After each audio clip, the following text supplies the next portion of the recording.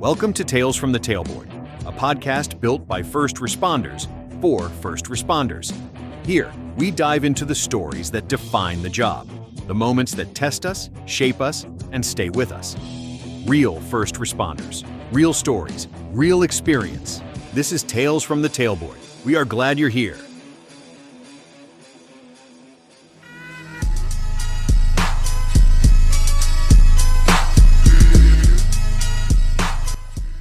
What's up, guys? Welcome to Tales from the Tailboard Podcast. My name is Isaac Poti. I'm the host, and today I'm interviewing Paramedic AF. He has been a TikTok guru that I would say for a while, somebody I've listened to. He has a lot of good insight as a paramedic. He comes from South Carolina, and his experiences, and even on his own podcast, it makes me wonder how I can become better in Oklahoma as a paramedic EMT, currently EMT basic, going into advanced, and in the future paramedic. So I want to learn from these paramedics, and I hope you will learn today as well. Paramedic AF, how you doing? And will you introduce yourself? Yeah, what's up? My name is Daniel Mooring. I've been a paramedic for almost 10 years now. Been in EMS for a total of 13 going on 14 years. So yeah, I've been in South Carolina the whole time. I'm originally from Virginia, and I've spent my entire EMS career down here. Okay. Were you ever a volunteer in the fire service or have anything to do with the fire service at all? So what first piqued my interest in EMS was back home. Pretty much most of the fire and EMS agencies up there are volunteer. And so I had a friend who was a volunteer EMT firefighter, had me interested in it. I just never ended up doing anything up there. I did work part-time for a fire department around here that would just hire non-fire paramedics part-time to staff QRVs. Because it's really rural. For a fire department, it's a large area, about 50 some odd square miles, and a very, very rural mountainous area. So they needed extra help up there. Mm-hmm. So did you start off as an EMT basic, or did you just kind of like get the basic and go straight into paramedic school and like really never did nothing with your basic? So I actually started as a driver for an awful ambulance service that does not exist anymore, so I can say that. And got my EMT while I was there, and I worked as an EMT for a couple of years. Mostly, I started paramedic school in 2014. Had to take a year off due to other issues, not anything academic. And then came back to finish that up. So I had about 3 years of experience as an EMT before I got my medic. Cool. And what drew you to want to be a paramedic after you were an EMT? Like, was it just something like you were always going to do that and you just needed the resources to do it? Or did being an EMT basic tell you, like, I really want to go do this? I knew I wanted to go full tilt the whole time. My biggest drive was I wanted to be able to do all of it. I had a lot of really good partners. I also had some really awful partners. And that to me was motivation to say, I want to be the paramedic that I want to work with right now. And I do the stereotypical, I love helping people thing, but I thrive on the unpredictability of EMS and always wanted to do more. That's good. We need people in the heart like that. Do you do any kind of teaching? Formally, no. I have, my wife is a full-time educator, in EMS. And so I periodically have helped out with her current classes, as well as some previous classes that she has worked with. I am eyeing getting into education. But as of right now, I'm not formally doing it. Okay. So, but you have what do you call it? You have a heart and you want to do that. I do. For a long time, I thought I didn't because I liked being out in the field. I wasn't a classroom kind of guy. But more recently, I've started to realize that the changes that we want to make in EMS need to start in the classroom. And there's a problem where we're trying to pump out as many people as we can without giving them the quality education. And we need both. We need the quality education, the quality clinical training, as well as the cultural, psychological training, if you will, that a lot of people just aren't getting. Makes sense. So what is your, I guess, opinion when it comes to people getting their medic just to get onto the fire department full time, to these places that require um, being a paramedic to be a full time firefighter? So this has kind of been a hot topic lately. To me, it's two discussions. One is the people themselves that are doing it, but then the other part is how the fire departments are set up.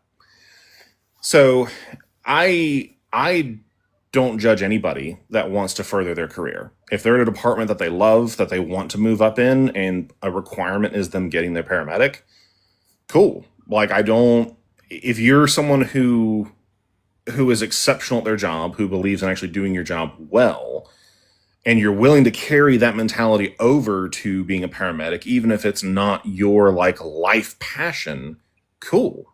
I don't have an issue with that. Where I think it can be problematic is with that being such a hardcore requirement, you run the risk of getting a lot of people in there that just want to get the patch to move up and they don't want to actually do the work. So I think that there's other ways to maybe go about that. True. I would say, does that mean we should put them in a patient care capacity? Or do you think maybe they should show continued education or knowledge, whatever it may be, before they actually work on patients? I mean, because I can go get a mechanics degree, but it doesn't mean I'm really good at working on cars. I can get a welding degree, but just because I welded good enough to, get a degree doesn't mean I'm going to be the best welder out there. And that carries over into paramedicine. Just because I get my paramedic's license does not mean I'm going to be good at providing paramedic care. Yes, the stakes are a little different, though. You can go get a welding cert, and, if you mess up a smaller scale welding project, okay, it costs some money, might be annoying, but you're not necessarily jeopardizing someone's life. If you are someone who becomes a paramedic but doesn't actually invest in being a quality paramedic, then you are jeopardizing people's lives. So my opinion is, if you're going to get certified as a paramedic, you need to be in a clinical role. You need to be forced into a situation where you are actually putting hands on patients and practicing medicine, because what you learn academically takes a while to translate into the hands-on. No, I think if you're going to get your paramedic, you need to do the work. If you're not willing to do the work, then in an ideal sense, you shouldn't get your paramedic. But I understand not everybody's in an ideal situation. So should that mean something like, so in my area we have OSU FST, which is Oklahoma State University Fire Service Training. And, I'll take things like hazmat every year, and I have to requalify for it. It's not something that, I can take continued education on, which technically it is, by going back to class, but you're having to relearn it. So would it be simpler for people that are requiring paramedic education to go through, say, a 4-month class instead of an 18-month class that grants you the permission to work on patients, versus knowing the information without the intervention? Something that, if you have to have some sort of a paramedic class to become a full-time firefighter, because that's essentially like their excuse, or at least where I come from, SkyTook, they say, well, our residents deserve the best, and the best is what they're going to get, so you're going to be a paramedic or you're not. There is no ifs, ands, or buts. Like, if you're going to be a full-time firefighter, the city requires you to have a paramedic, and if you start out and get hired with an EMT basic, you sign a contract stating in 18 months you will receive your paramedic patch, and if you don't, you voluntarily give away your job to the city. So does that mean we should look at something else, like a yearly class that, we have to go in order to provide without performing interventions like IVs, like invasive stuff? So I think there's a couple of options with that. I wouldn't go as far as to bestow, I don't even know what you would call it, but like with extrication, like an extrication class, there's an extrication awareness class that you take just so that you know what's going on, and that's it. I don't know that I feel comfortable doing something like that strictly with paramedicine, but there are a lot of classes available through NAEMT and some AHA classes that you could put people through that, okay, maybe they don't qualify to officially receive the certification, but it's good information. For example, AMLS, Advanced Medical Life Support. It's a very, broad spectrum class dealing with medical emergencies that I think would be beneficial for EMTs to learn, just so that, if for 2 days they just get an exposure to what we do. Put EMTs through the EPC. That's the new emergency pediatric care class. Go through some of those pocket card classes, learn what's going on so that you can be helpful, but you're not bestowing a full-blown certification onto somebody that doesn't going to do it. I mean, do we necessarily have to have a paramedic's licensure as a firefighter to put on a 4x4 bandage to stop bleeding? No, not necessarily. No, so, not and at like paramedic Anthony said down here, said single function paramedics at a fire-based service. That sounds like a perfect name for it. Like there's single functions that you do. Mm-hmm. I mean, yeah. Do you have to have a certificate to spike a bag? No. I think there's a lot of training you can do that is, and they're infusing this into EMT classes now where they teach ALS assist skills. So no, you're not being taught how to interpret 12 leads, but you're taught proper placement and why proper placement. You're taught, spiking a bag. You're taught medication preparation, just so that you can be. I mean, I think there's a lot more skills we could give to EMTs. I think that IOing is something that we can give to EMTs.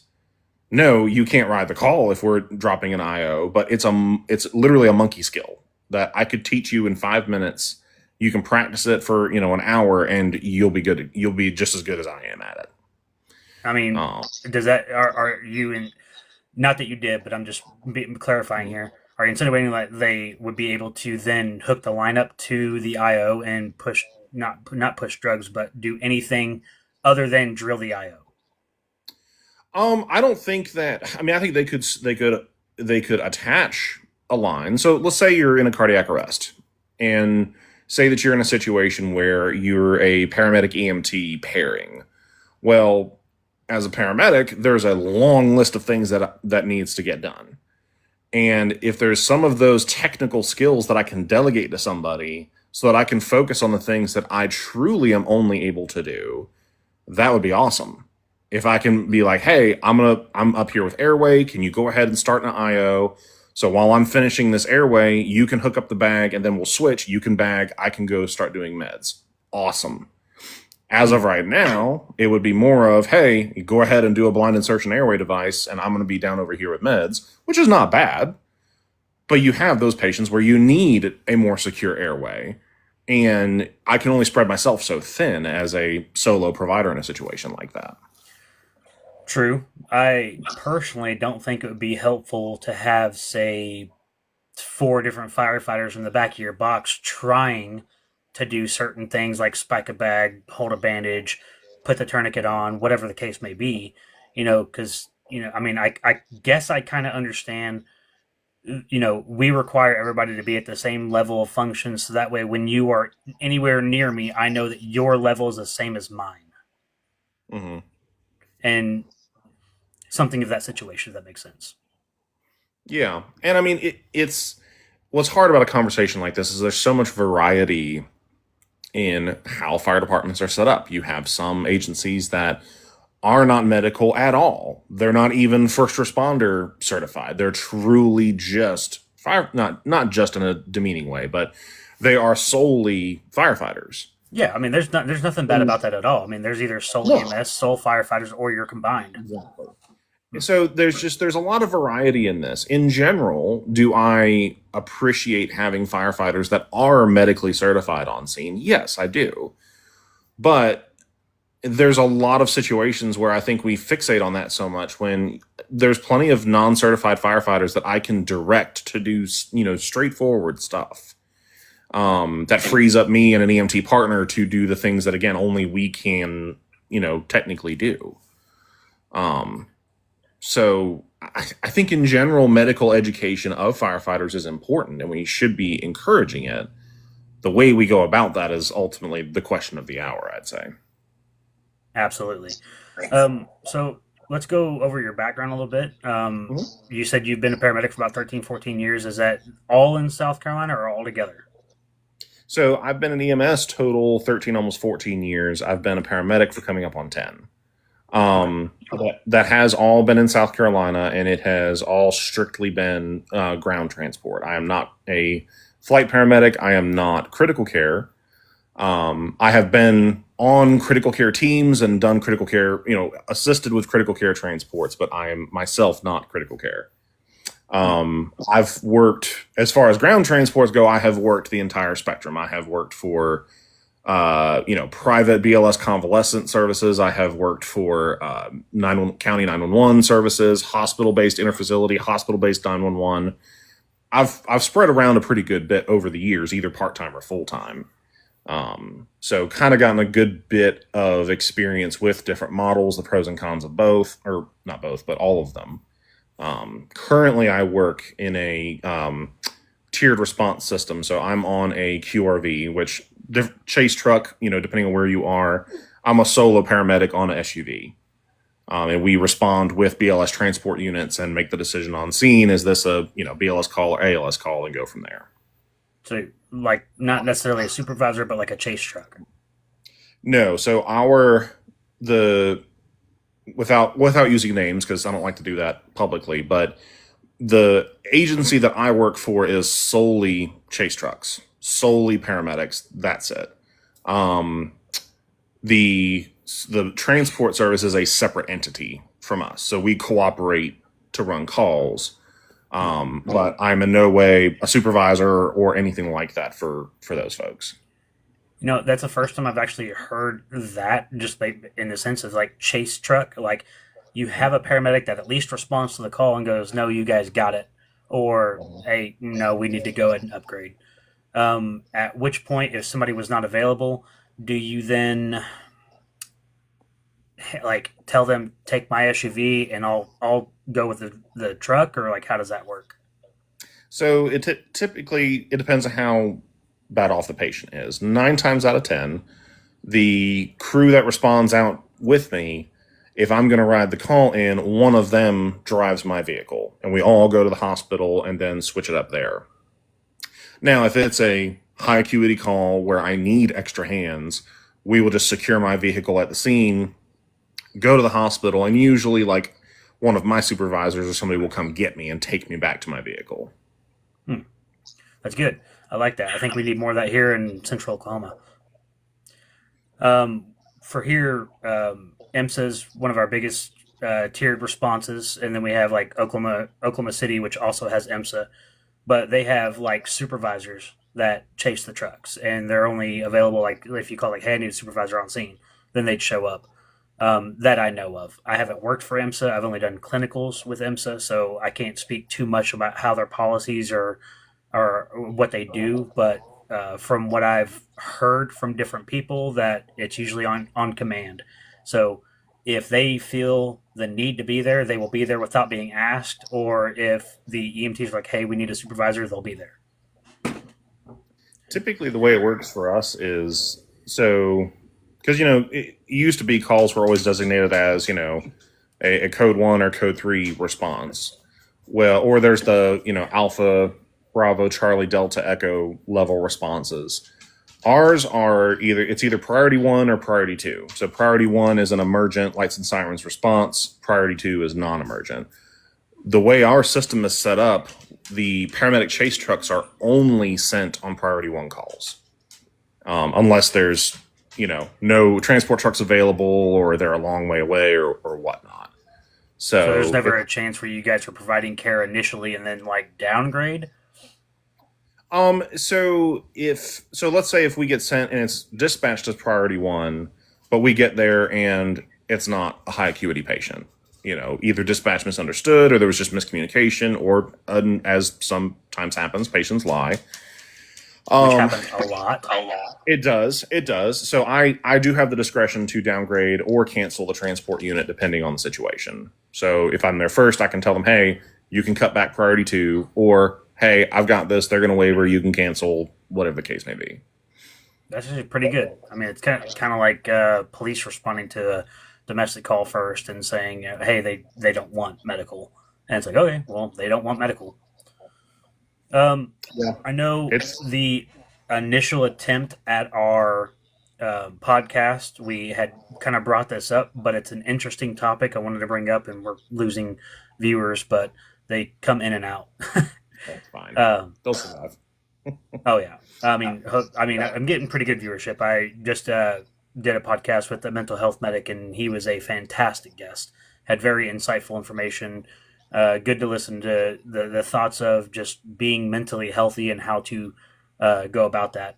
But back to what I'd asked you last time was, and I'm sure it's changed by now because I think you were having elections at this time.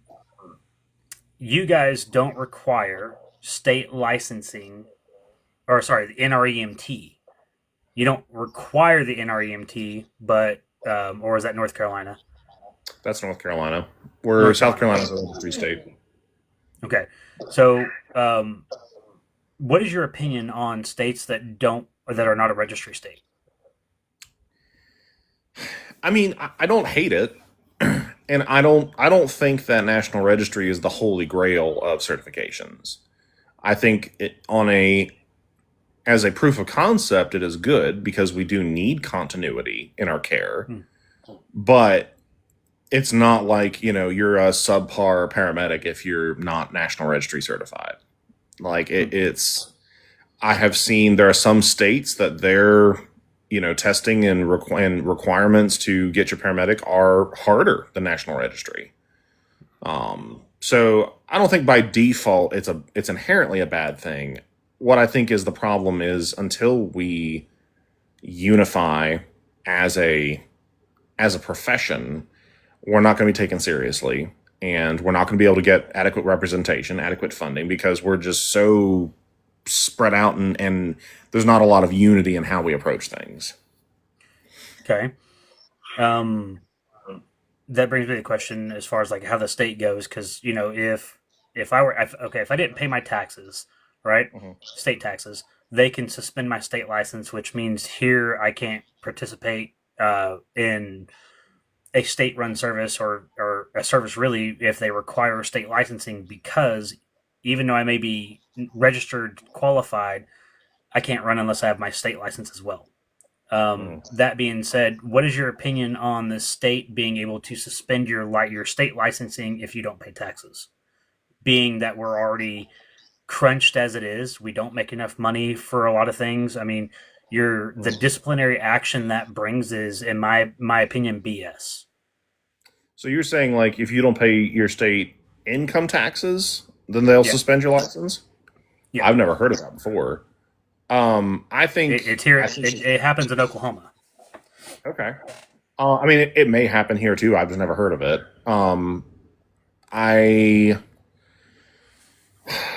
Well, and this is the thing about healthcare, is it all revolves around money, unfortunately.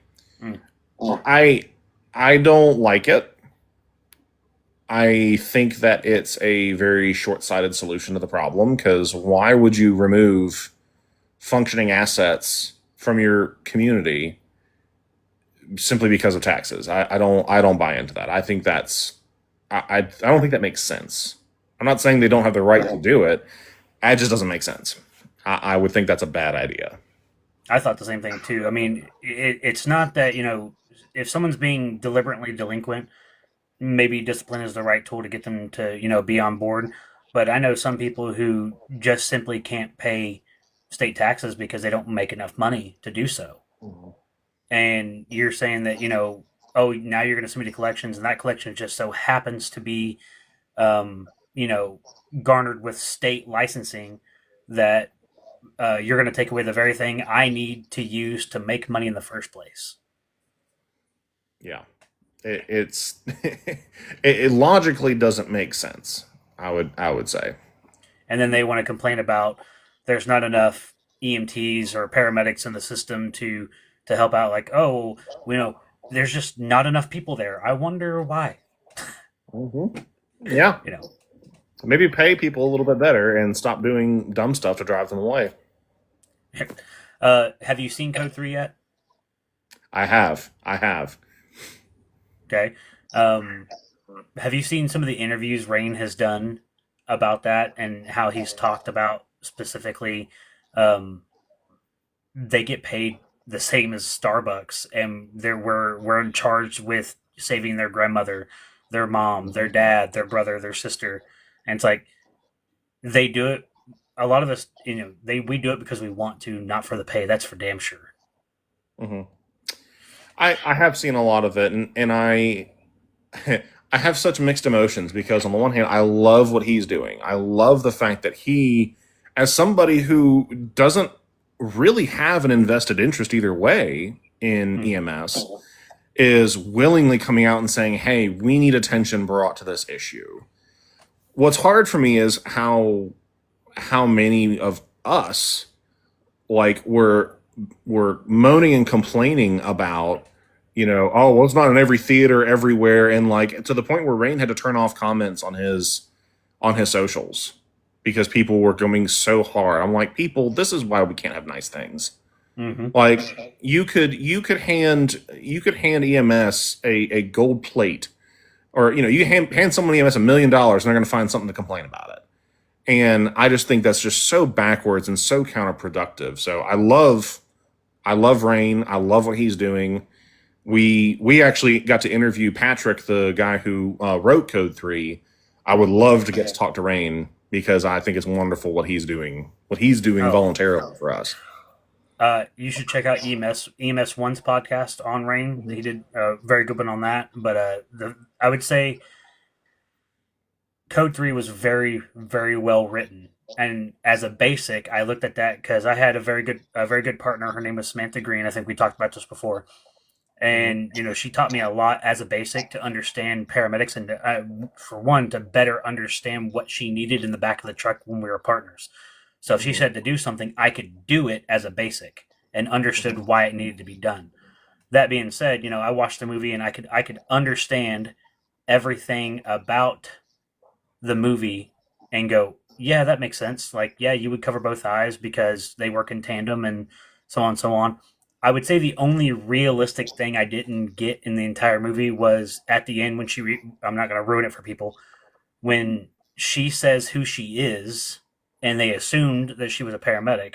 But, when she says who she is, I went, you expect me to know that she didn't know the eyes moved in tandem? Well, and I'm not speaking disparagingly of physicians because obviously they are all significantly smarter than me. But there's plenty of times where I've seen physicians miss basic stuff like that. Fumble, yeah, because and to come to their rescue, they deal with a lot more than we deal with. Absolutely, so absolutely. It's easy to forget. Yeah. That's not meant as a disparagement, but just hey, we're all human. So I expect them to make mistakes just the same way I would, because I make mistakes too. Absolutely. So moving on, let's talk about your whole TikTok sphere. Do you monetize your content? So as I understand it, we do not have the followership to be able to monetize. I'm not opposed to it, but we have also said that we don't want to go on and do advertisements for something that isn't, our own products, our own things that we're doing. I feel like that's very disingenuous. And let me walk that back. I understand the people that do it because, sales is a job and selling on TikTok is no different than selling anywhere else. But for us, because my wife and I both started this, we started the podcast almost 2 years ago now, and TikTok we started late last year. The reason we're doing this is because we want to leave EMS better than how we found it. I don't care if I don't make a dime off of any of this content ever, because we need to be having a lot of harder conversations and dealing with a lot of issues that are just being swept under the rug. And, we'll just go focus on education, which is good. We need more education, more quality education content. But there's so much that we're not talking about because we're a fairly belligerent bunch that are also very stubborn, and we don't take care of ourselves, and we don't, as a field, I feel like we lack a lot of self-awareness and of what our issues really are and what we really should be doing about it. So that's what's driven a lot of this. It's not monetized, not yet. I mean, if we ever get viral enough to, awesome, that would be great, but we're a long way from that right now. What's your followership count at the moment? We are in the neighborhood of 8,700 on TikTok. I just reached 1,000. So it's slow going. It's slow going. I mean, there for a while, it was probably 4 or 5 weeks that I didn't do anything on TikTok at all. Like, I would open it up and watch the videos, but I didn't post, didn't do nothing. I wouldn't say I got burnt out. I guess more or less discouraged because it wasn't growing how I thought it would. And then I finally went, you know what? Screw this.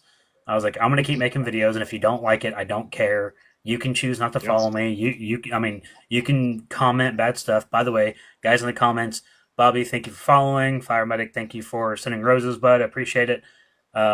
Just thank you guys for being a part of this live. This is the live recording for the podcast. And I'll cut this part out, but that's fine. This is the live recording for the podcast. So anything that happens in this live recording, there are some things that may not make it to the final cut, like this right here. This is just me talking, telling you guys thanks for what you are doing for ascending this name forward. I'm known here as a smoke eating EMT, but I run the podcast name Tales from the Tailboard. So you can find it full length on YouTube, and in starting with Mental Health Medic episode 6, we started doing 10-minute series parts. So we break it up into 10-minute series, and I'm going to do the same thing with yours as well. Perfect. Let's see. Oh, and he told you he loved your beard a lot, by the way, and I had to agree. The Hagrid of EMS, that was more the part that I was just like, I love this so much. Like, I've never been called that, but I'll take it. Right. I just got my kid involved into watching Harry Potter, and we're about to start episode 3 when he comes back this week and Monday. So he's actually going as Harry Potter for Halloween. He's got the hair for it and everything, and so he got the Gryffindor costume, and we're gonna put the lightning bolt on his forehead, and he's gonna be Harry Potter. I really should go as Hagrid this year or next year, one of the two. I'll eventually make it happen. All right, before we jump back into it, do you got to use the restroom? You need to get something to drink? Take a break for any reason? Nope, I'm good. Let's keep trucking. All right. Okay. So back on the TikTok situation here. What made you want to do TikTok? And I guess just to back up even further, when did you decide that you were going to start TikTok? So, like I said, my wife and I, and she's a practicing paramedic as well.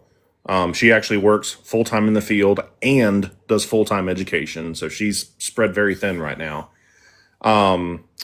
She and I had started the podcast a while back, and we always knew we wanted to get onto TikTok. We just didn't really know how. Like, we both had used it, had seen the videos, all this, thought it was cool. Just, we didn't really know. We knew it was going to be its own thing that was going to require effort, require a lot of attention. What started it for us was the paramedic program that I graduated from and that she graduated from as well was being shut down last year. The entire department was being collapsed.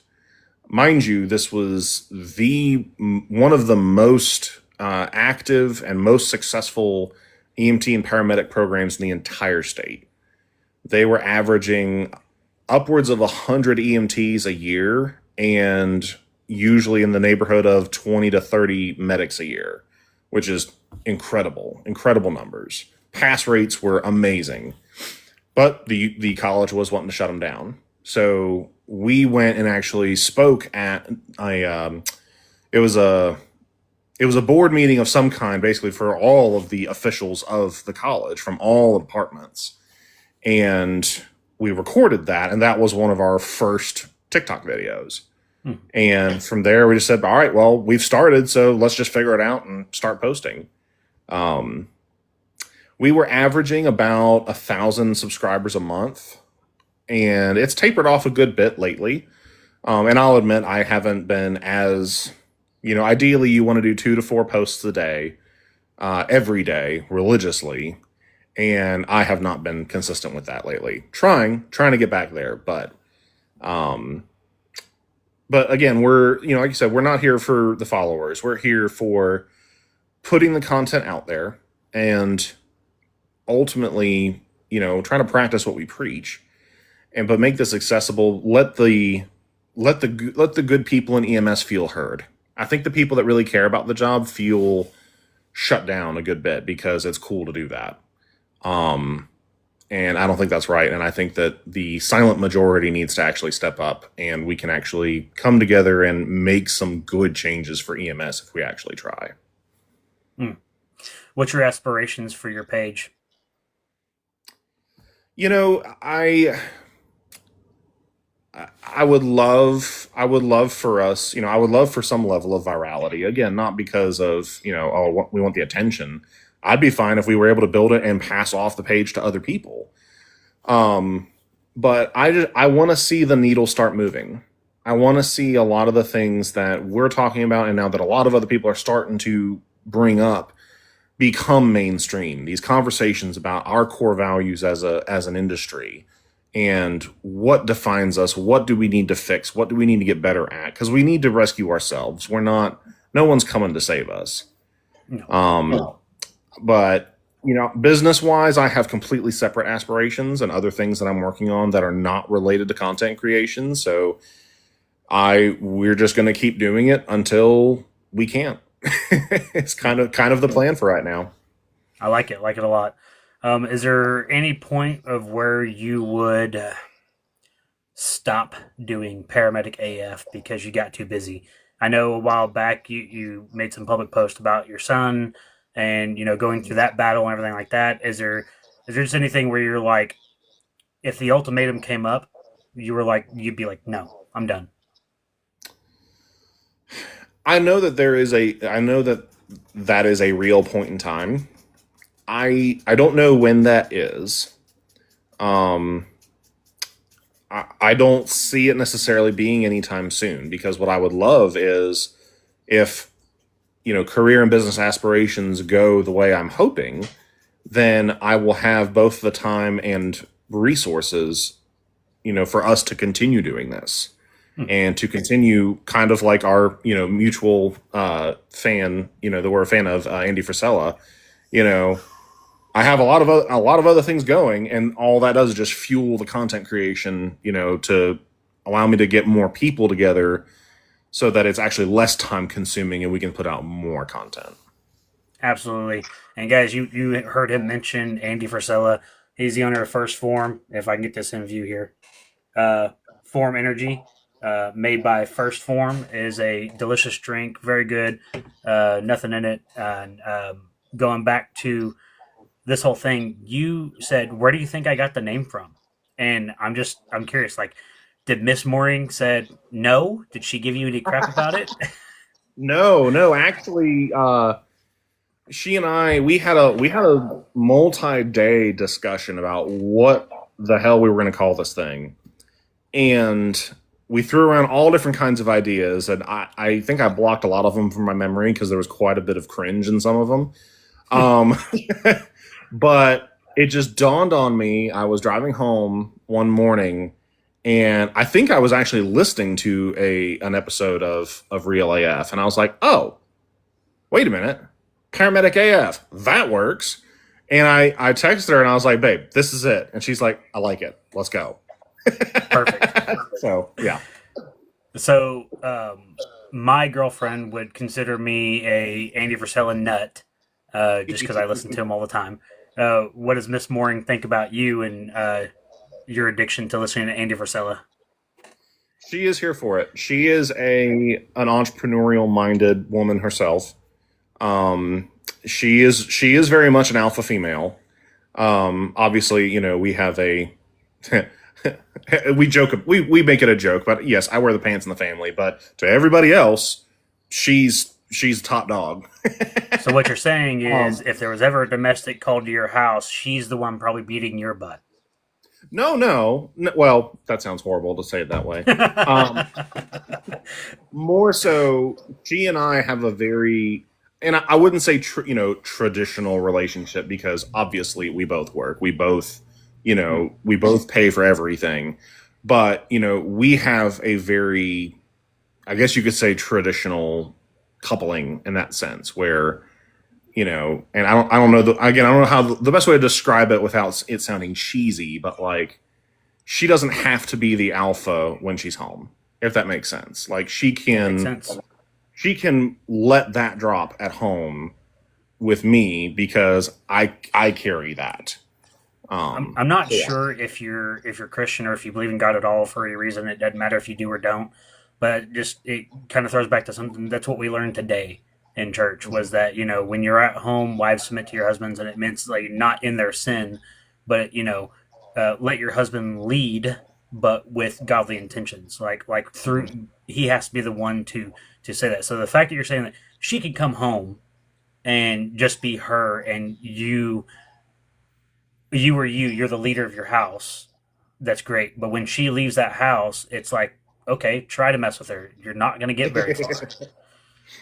It's, and it's the kind of thing where we both have different strengths, and we both have different weaknesses, and we have both learned to play off of those in a good way.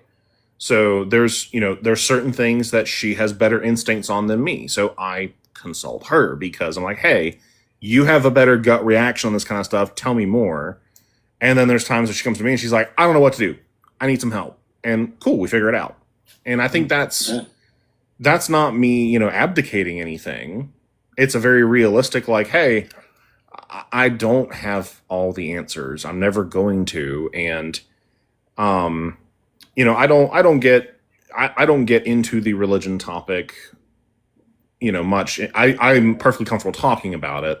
I just don't make it part of our brand, if that makes sense. But I grew up in a very Christian home, and one thing where I have seen, not to get on a whole side tangent on this, but I think that a lot of men hear the wives submit to your husbands and think they don't have to do any work.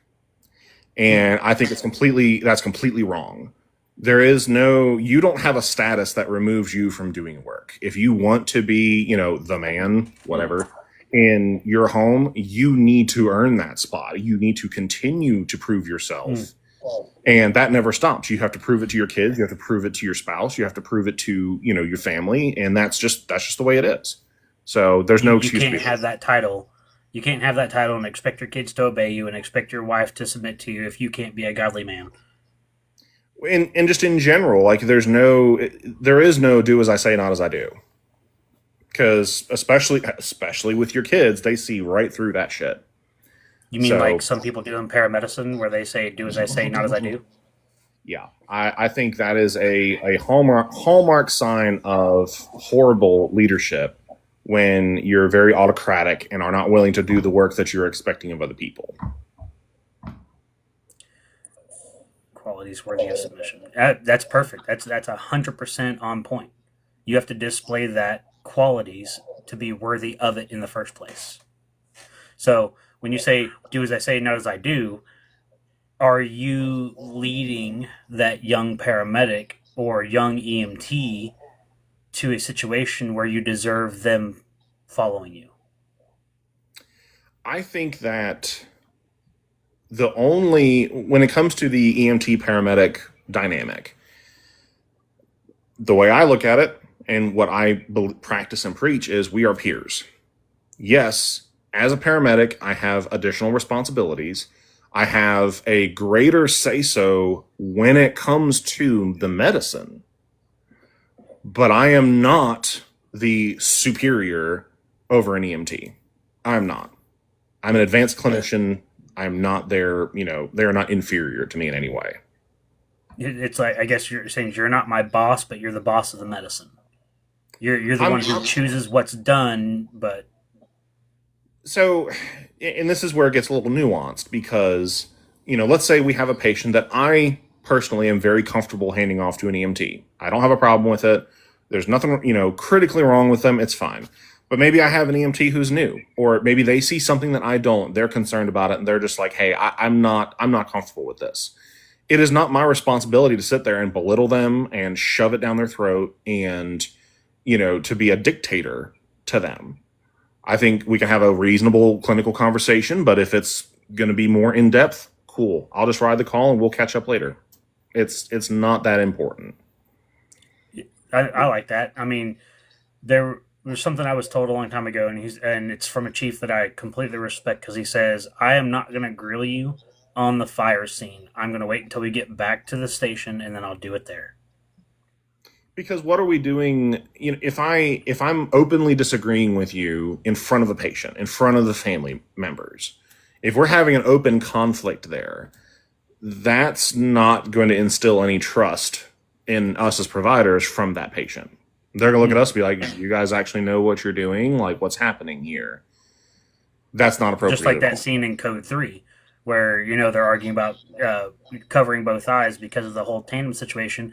He wasn't telling her why to cover both eyes. He's just saying, "Hey, I asked you to do it. Please do it." And, of course, he got mad because she was, confronting him about it. But later he explained, "This is why I asked you to do what I did. I shouldn't have to tell you these things on scene because you should know these things already." And if we're arguing about the finite things on scene, you get that part where that patient went, "Do you guys know what you're doing?" And that is a real thing. I have seen that right there in front of my face when two people are clashing together because you have somebody who's 80 years old, and even though they're a basic, they have the knowledge of a paramedic per se, right? Because they've been doing it for 40 years, and they think that they can clash with a paramedic who earned their certificate because, well, you don't know what you're doing, and it's just back and forth. And I've seen that live on scene, and it blew up. It was pretty nasty, but it got solved. Long story short, but still, like, you don't expect to see that all of the time, but it was there. Yeah. Let's see. So we're going to move into our rapid fire questions. Be aware that I do not know these questions in advance. I just pull them up and put them into a list, and we'll see where they go. If there's anything you don't want to answer, feel free to say skip. Okay. When you first got into EMS, what was the naive idea you had about the job, and what was the moment or call that absolutely shattered that illusion? Ooh. So I think the biggest thing, I wouldn't say it was a single thing, but what I was most naive about was assuming that every patient was being genuine. And that's not a bad thing up front, but you have to learn to tailor it.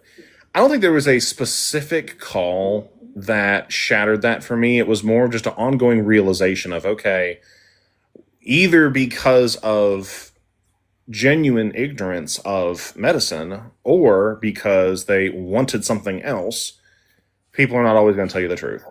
They will change their stories at the hospital. They will change their stories with you multiple times. They will change their story if they call management over something. Unfortunately, it's just, you can't depend on it. You have to be discerning. That's good. So I'm not going to rebuttal any of these questions. I just want to have you answer them and just be, as honest as possible, educated anyway. Mm-hmm. Second question. You see people on their worst day every day. How have you seen the best, or maybe the worst, of human nature play out in the back of your ambulance, and how does that change your perspective on life? So I would say that where I've seen the best is the people that are not responders themselves who are willing to genuinely help. And people who are willing to step up in the moment and say, "I don't know what I'm doing, but I'm here for whatever you need. Let's make it happen." And I actually had that not terribly long ago on a pretty rough a pretty rough MVA where there was a bunch of people that had just stopped and were willing to help because of where the vehicle was. We needed a lot of extra hands getting across water and other stuff, and people stepped up to help. And I think that's a wonderful thing. I like it. In a job that is constantly running on adrenaline and trauma, where do you find the moments of genuine, simple beauty? Is there a memory or is there a memory of small wins or a connection with a patient that you carry with you to this day?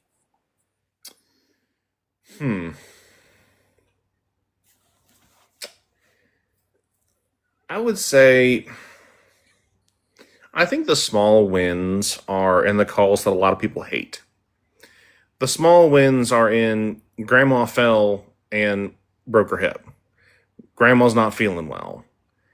Those are the calls where you get to actually, you may not be doing anything medically for that patient, depending on what it is. Obviously, if they have a broken hip, you need to do something about it. But it may just be the kind of thing where you just need to provide some emotional support. And for you, that may feel obnoxious. It could be 2:00 in the morning and you're exhausted. You've been running hard and you're like, why am I here? But when that grandma who lives by herself, is shut in, has no family around, whatever, you may be the only social interaction she has. And I don't think we should take that lightly. I think that we should, at default, be compassionate. Even if we're irritated, even if we're tired, even if you have to fake it. Default compassion is the best way, because you will have those small rewarding interactions where someone does genuinely thank you for what you do.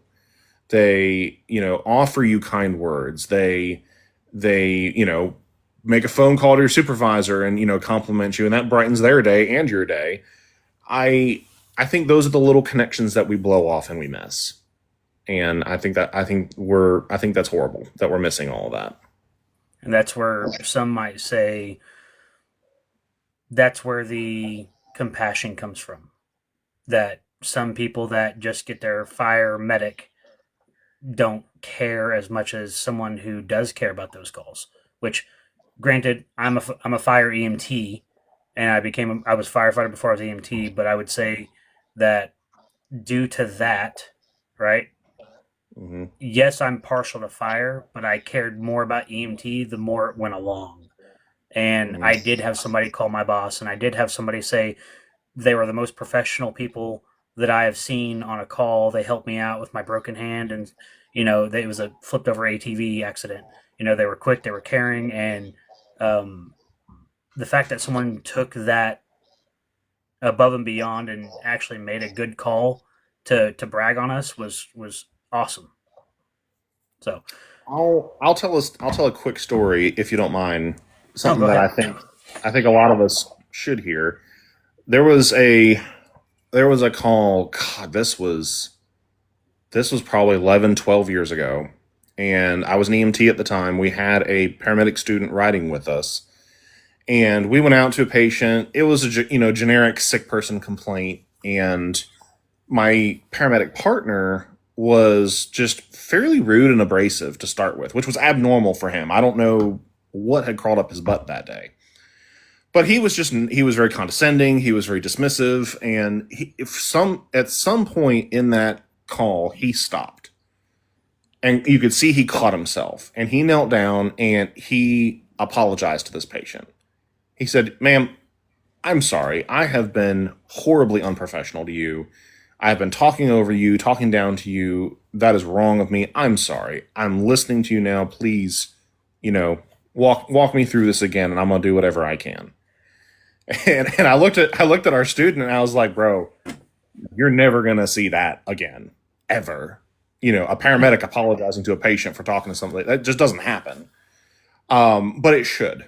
It really should. We should be willing to apologize and turn a conflict into a meaningful interaction. But we're too proud to do that a lot of times. I hear that. Alrighty. Man, that was a good story. I like that a lot because you're right. Like it was comical. You're never going to see that again. Oh. A lot of paramedics that I've came across are very brash. They believe that they're not quite paragods, but those types still believe that they are God's gift. Mm-hmm. So, yeah. But then there's some that, and I kind of fall in this perspective, and not being a paramedic, I'm upgrading to my advanced, and I felt imposter syndrome because I felt that I wasn't a good enough basic to become an advanced. And I still don't think that. I mean, still haven't taken my NREMT, and I have till June to do it. So if that tells you anything, I've taken almost 2 years to even go try for my single test. And I'm about to just suck it up and go, you know what? Screw it. I'm going to go do it anyway. If I fail, $200 down the drain, but oh well. And but that imposter syndrome is real on some of us that care so much that it's like, but I'm not even a good basic. Why would I even try to be an advanced? Or I'm not a good basic. Why would I even go to paramedic school to begin with? But someone who doesn't care doesn't even have that conversation. They don't. And that level of humility, I believe, you need to have. Because as a medic, you will be put in positions where you have to lead, you have to decide, you have to be the one in charge. And just because that opportunity is bestowed upon you does not mean that you will not make a mistake. And there was when I was doing, sorry, I know I can go off on rabbit trails, but I promise it's relevant. Oh no, you're fine. And I gotta be careful how I say the story so that TikTok doesn't have a fit. But when I was doing paramedic school clinicals, we were on our lunch break, and our adjunct, who ended up being my boss later in my career, he sat down and told us a story, and no, not really a story, but had a heart-to-heart conversation with like 8 of us, and said, look, all of you who are preparing to become paramedics at some point in your career, whether by inaction or mistake, are going to unalive somebody. It is going to happen to you at some point in time. And here's what you're going to experience, and here's the emotional journey you're going to go through, and here's how you need to keep perspective to make it through that to the other side. And this was not your normal, lunch conversation at all. We were all just like, whoa, dude, this is heavy. But I've always tried to keep that in mind of, I walk a fine line of, I can either make someone's day, or I can destroy their life and their family's lives any given day. So that's a lot of responsibility that you need to have a little bit of imposter syndrome, just a little bit, to keep that in check. I'm still learning. We're getting there. It's a process. It's a process. Couple more rapid fire questions for you. If you could have a 30-minute complete honest conversation with the younger version of yourself, the one about to start training, what's the one piece of advice you'd give them about surviving this career? Make lots of friends outside of EMS. Keep a social life and just a general personal life that has nothing to do with public service. Public service will reward you so much, but it will also take so much from you if you let it. And if you let it take, it won't give it back. And so I think a mistake I made very early in my career was immersing myself too much in it. Now, granted, at the time, especially when I was graduating paramedic school, I was going through a divorce and was, having a religious transition, if you will, that was basically, all of that was cutting off all of my non-work relationships. And so I had nothing else. I had no other, I wasn't a native down here. I'd only been here for a couple of years, and now I'm trying to find my feet, and work was all I had.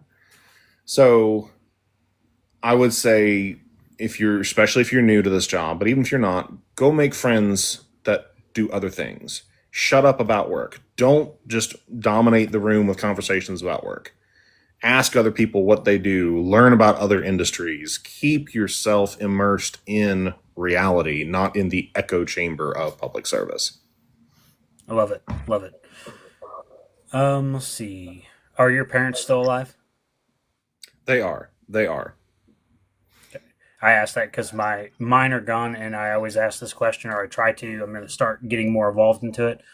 Mhm. What is one thing you would say to your mom? Just something nice, something about like the criticism she's given you or not given you, something you wish she's given you. Like if you could talk to your mom right now and tell her thank you for something, what would that be? Well, and I'll preface this with my relationship with my parents is not a great situation, which it is not something I'm afraid of talking about, but it's probably not relevant to this conversation. But I would say that probably the most influential thing that my mom ever did for me is every Sunday afternoon, she and I would end up sitting in the kitchen talking for sometimes hours about anything related to life, what I was dealing with in my own life at that point. I had more of that kind of relationship with my mother. Wasn't that my dad never, wasn't involved, quite the opposite. Just my dad was not a very emotionally intelligent person.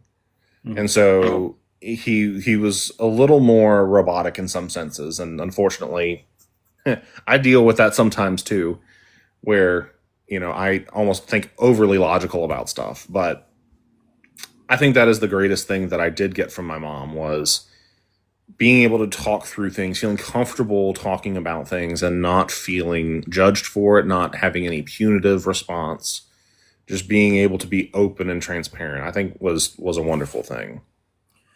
There's a reason why I asked you that, and it's because a lot of us have. You don't do this job without some sort of trauma. If you are a silver spoon fed type of person who's never had a lick of trauma in your entire life, you are what we like to call a whipped paramedic, a whipped EMT. You're somebody who you're. It's no wonder why you're not compassionate because you have not suffered in your Hmm. life. So when I asked that question, that wasn't even on my list of questions. That was just something that I see Theo Vaughn do a lot, and I went, you know what? That's important. That's Hmm. important to get people to understand. That it gets them. Hey, that has nothing to do with this conversation. Yeah, but when people hear you talk about it, they go, well, maybe I'm not so screwed up after all, Yeah. and I, maybe I can do this job too. Something like that. it's funny. I grew up a very sheltered life. I was, like I mentioned, my family was like hardcore conservative Christian, and I was homeschooled all the way through high school. Um, Now, academically, I would argue that my parents actually did homeschooling the right way because academically, it was way harder than even my first 2 years of college. Um, but I I didn't walk in with the same kind of trauma that is, I guess, stereotypical for this industry. I came in with a lot of, I guess you could say, religious trauma. Hmm. If you ever have the chance to watch the show on Amazon Prime, Shiny Happy People, the first season of it, Hmm. no, that is not the exact group I grew up in, but that is a pretty accurate mirror of what my upbringing was like. So there's a lot of that stuff that I've been unpacking in recent years, Hmm. and actually watching that show was the first time that I ever truly experienced what it was like to be triggered. Hmm. And I was like, what is this? Like I don't know what's going on here. And so no, I did not have, verbally abusive parents. I did not have physically abusive parents. My parents have been married for well over 40 years. Um, I'm the middle of five kids. Like we all, none of us are hardened criminals. None of us are, menaces to society. But there's some underlying emotional trauma there that I think inevitably probably did help with the job. Um, but again, that could be a whole episode on its own unpacking that. Oh, 100%. You know, um, I bring it up because, like you said, watching that show is the first time I ever felt triggered, and I too on that felt here recently talking to my brother. I would say things like, looking back at my life and understanding some of the things that happened, especially after Dad died. I went, why would you guys do that to me? Like, why was I put in these situations? And, I thought, like, I grew up like this country boy like anybody else did, I thought it was like just a very simple life. And I realized, like, oh, I'm like, the word I look for, like, I'm basically like a hillbilly. like, Yeah. I was lower than that. And I was like, I grew up poor and I did all these things. And like now, but I take all of that with me and I go, that makes me a better EMT, because when I run calls in poorer areas, I may look groomed and well kept because that's our uniform, but I can get down on their level with the drug user, with the beaten, the broken, the abused, and go, I was where you were 20 years ago. Mm-hmm. And even 10 years ago. And it's like, I've had to overcome those situations. And because I've overcome those situations, of losing my dad, losing my brother to SI, losing my firstborn son, losing my mom, things like that. When I run a call where somebody is like, save my kid, it's like, I want to save that person's kid because I wish somebody could have saved my kid, even though they couldn't because of the situation. I just wish that was possible, or the moment when I was on the phone with 911, saying, hey, my dad's not awake. My dad's, he's gone. They're like, a bed that's 3 foot high off the ground. And they're saying, don't worry about his head, drag him off onto the ground and start CPR. I'm completely clueless at 23 years old, and I'm 30 now. But at 23 years old, going, I don't want to do that. That sounds bad. Like, why would I, drag him off the bed? Like, I had no clue that you couldn't perform CPR, like, in a bouncy bed. Like, I had no clue about any things. And that's what I'm saying. Like, when I finally learned EMS and learned these things, I found out that, oh, there's a reason why they were telling me to do these things. And it's like, I wish we had some sort of EMS training inside of schools that made it easier for people to understand why 911 or dispatch or police or medical tell you to do certain things. There's a reason why they're telling you to do it, and they don't have time to explain it to you. But if we learned it precursor, then it would be a whole lot easier. But, all that being said, everything that I had to go through, I believe, makes me a better EMT, even though with the imposter syndrome, because of those situations. And I think with the discussion of mental health and public service too, we miss the mark quite a bit. We revel in victimhood. We revel in, whoa, poor me, woe is me. I see all these horrible things and this and that. It's you're responsible for your own well-being, whatever that looks like. You're responsible for taking those things, and you either use those traumatic experiences as an excuse or, like you, as motivation to do better, be compassionate, be excellent at your job. You take those experiences and turn them into something powerful. And that transition... I just never wanted to be helpless again. Yeah, exactly. So... And the funny thing is, I did all these things because I didn't want to be helpless. But now that I know these things, you then realize there's so much more you don't know. And it's like, okay, well, I kind of said, I want to know more, decided to take a bite of it and went, oh, there's 60,000 more bites of this. And I thought it was just 2, or something like that, There's a great book, if you ever get the chance to read it. It's called The Courage to Be Disliked. And it's kind of funny because it seems like it would be on a slightly different topic than this, but it basically what it unpacks is trauma response. How are you, instead of it focuses on more like Adlerian psychology from Alfred Adler, where it basically says, trauma is going to happen to you. Period. The end. It is going to happen to you. What you do with it is the question.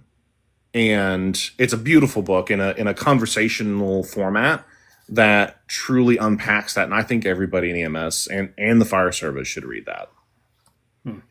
I like it. I'm actually going to look it up right after this. So I'm going to ask you 4 more questions. Do you want to work with the weight of the job and coping first, or the state of EMS in the future? Dealer's choice. I'm good with all of it. Cool. I just want to make sure you're in the right headspace. Mm-hmm. So I'm just going to pick 2 random ones from each one. Let's see. These look at the bigger picture in the profession and the system as a whole. Okay. A lot of your content points out. A lot of your content points out the systemic problem in healthcare and EMS. If you were suddenly given the keys to the entire system for a day, what's the single biggest change you would implement to improve the lives of your fellow paramedics? Oof. I think leadership training, in-depth leadership training, should be mandatory for everybody. I think it doesn't matter what your cert is, doesn't matter what your career aspirations are. All of us need adequate leadership training because we are all leaders in one form or fashion. And we will be put in situations where we have to lead. And we need a systemic pathway put in place for promotions and so forth in literal leadership, because there is none in EMS. It's wave the wand and see who we're going to pick. And we need a more structured pathway for that. But everybody needs to be taught and be singing from the same sheet of music on the topic of leadership. I think that's a bold statement. I like it a lot. How does the constant expectation of being a hero square up with the reality of being an underpaid, often exhausted civil servant? Do you feel like that heroic image actually makes the job harder or easier? I think that when we fixate on it, it actually makes everything harder, because it creates this cognitive dissonance where we're like, well, I'm a hero. I shouldn't be doing this kind of, this BS call or that BS call. No, this is your job. Like, this is what you signed up for. And yes, I understand that there are traumatic things we experience that we need to, not have the suck it up mentality about. But when it comes to just the run of the mill, how you do your job, you signed up for it. You signed up for the pay. And no, I think we need to increase pay. I think that there's no question that is a problem. But we don't look at advancing ourselves and our careers enough to be worthy of the pay. We think, oh, well, I'm underpaid, so I'm just going to barely do the bare minimum. No, that's not how this works. If you pay attention to any other industry, you have to step up and demonstrate that you are competent to even begin the question of having a raise, of having more pay. So I think the hero, I don't look at myself as a hero. I don't. I think that we are placed in opportunities to do heroic things, but we are clinicians first and foremost. And I see myself as just a tool that is helping people. And there's, the worse off a call is, the worse off a patient is, the more emotionally detached from that call I get. Unfortunately, I have to look at horrifically sick and injured patients as mannequins, because in that moment, I don't care what I look like, what, is good on camera, none of that. I have a job to do. I have a problem to solve, and I owe it to that patient to do that. And I could care less whether or not I'm viewed as a hero. I think chasing that is 100% the wrong mentality. Love it. Love it. All right, 2 more. Let's see. There's an element of dark humor that is often part of the culture in EMS. For someone outside of it, what role does that humor actually play in your day-to-day survival, and when does that cross the line?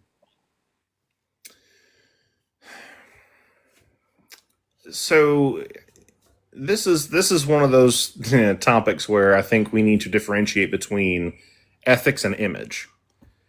From an ethics standpoint, I have no problem with dark humor. I think being able to be in a traumatic situation and find something, even if it's just in your own head, to be able to laugh about, Cool. I don't have a problem with that. I think that's totally fine. There's nothing wrong with that. And if we talk amongst ourselves that way, cool. I don't think that we are, we have to deal with this stuff. We have to see these things. We see more in a day than most people see in their entire life.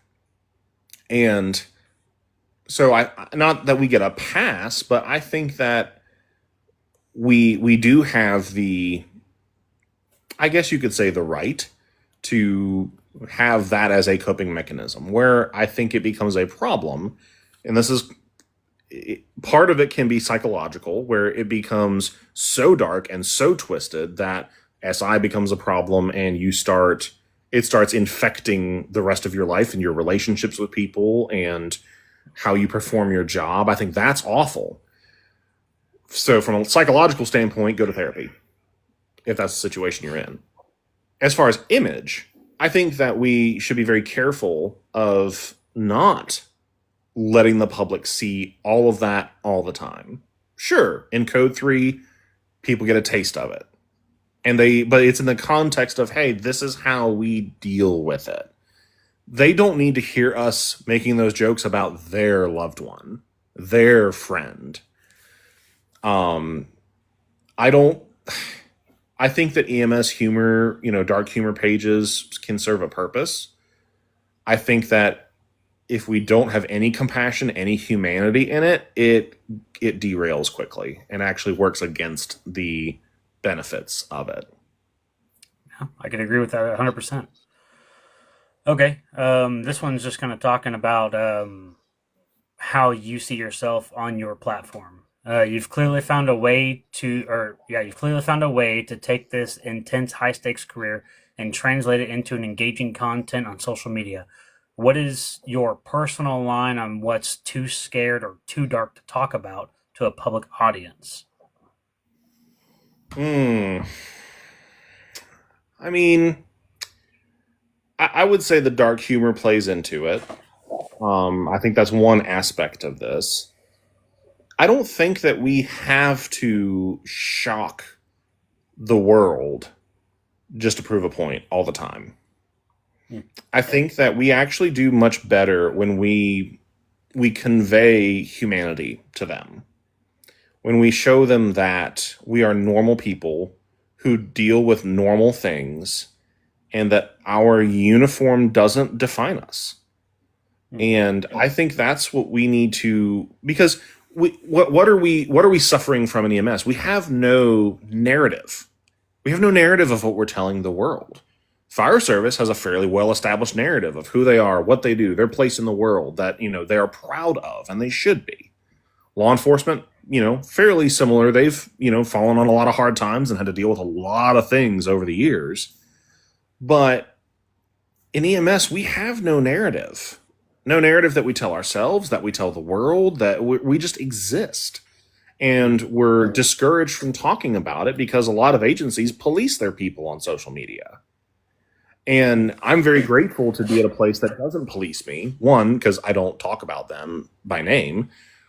But two, they acknowledge, hey, this is part of us addressing things in EMS, is allowing people to talk and engage and have productive conversation, not just bitching. That's the other thing, is so much of EMS content is complaining.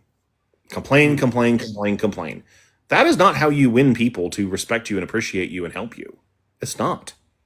So I think that, yes, we can talk about the things that irritate us. We can talk about the things that are frustrating. That's fine. That's human. But we should do it in a way that's productive, both internally amongst ourselves, and that the outside world can look in and say, oh, wow, you guys deal with that? That sucks. Like, we want to help you out with this. I think that's a much better way to approach it. I like it a lot. All right, so let's do an outro like this. I'm going to let you give your spiel about who you are. Go ahead and drop your tags and where they can find you out on social media. And then I'll do the outro, and we'll go ahead and end it there. Cool. Well, like I said at the beginning, my name is Daniel Mooring. My wife, Michelle, she's the other half of this. You can find us everywhere at Paramedic AF. The easiest way I found, if you want to find us on YouTube, is literally go to the search bar, @ Paramedic AF, and it'll be the first thing that pops up. Our audio podcast is probably where we get the most traffic overall, which again, you can just go to Spotify, Apple Podcasts, anywhere that you listen to podcasts, and search for the Paramedic AF show. We are on Facebook as well. We've kind of fallen off from that, but I'm slowly getting back to being more active there as well. So TikTok's the easiest way to find us and interact with us, though. Good. Well, guys, you've heard it here. This is Daniel Mooring from Paramedic AF. Thank you for being the guest on the show. My name is Isaac Poti, and I've been your host for Tales from the Tailboard Podcast. The guest being Daniel Mooring from Paramedic AF. And if you want to go see him, feel free to check out his page here on TikTok at Paramedic AF and find his socials on Facebook if you can find them, and then check out Spotify and everything else. As for me, you can find the full episodes on YouTube under Tales from the Tailboard. That's it. And then here on TikTok, Smoke Eating EMT, and you can find all of my content in series and just separate videos I've done. Check out the latest video that I did with the mental health medic, and then this episode here with Daniel will be coming out here in about a week. So thank you guys, and have a good day. Sounds good. Appreciate it. Thank you. See you, bud. Dispatch medic 1, show medic 1 en route.